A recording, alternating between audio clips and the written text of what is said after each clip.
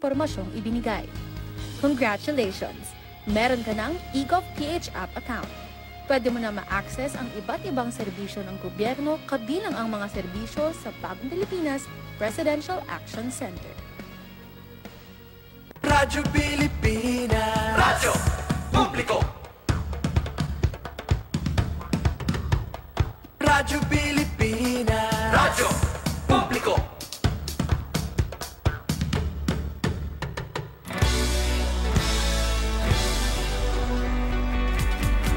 Mahalagang mga balita, napapanahong impormasyon. Kami ang inyong gabay pag may bagyo at sakuna. Serbisyo ng gobyerno kapag may nangangailangan. Mga proyekto ng Pangulo, damang-dama ang pagmamahal niya. Tulay ng mga hinaing, ang problema ng bayan ating lulutasin. Tulay sa himpapawid, tulay ng pagbabago. Radyo Pilipinas, Radyo Publiko ng Bagong Pilipinas. Radyo Publiko, Radyo Pilipinas, Radyo Publiko ng Bagong Pilipino. Mga proyekto ng Pangulo, damang-dama ang pagmamahal niya. Radyo Pilipinas, Radyo Publiko, ang boses ng Pangulo.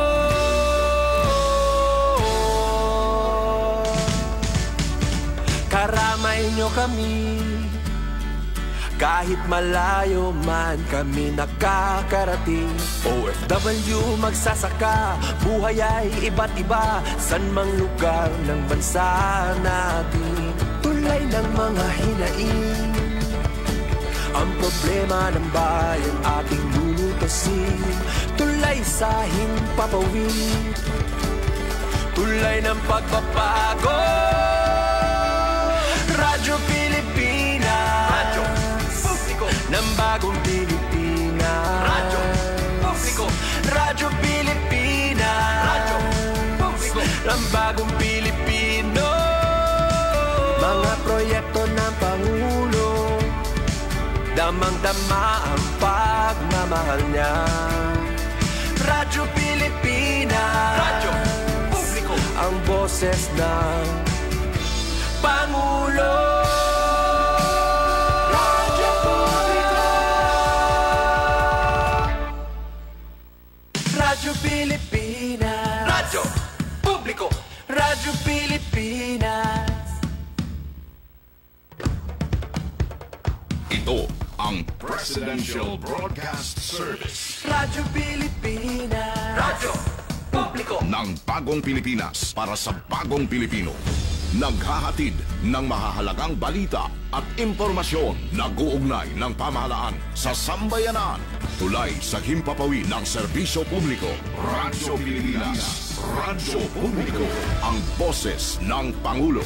Sa Mega Manila, 738.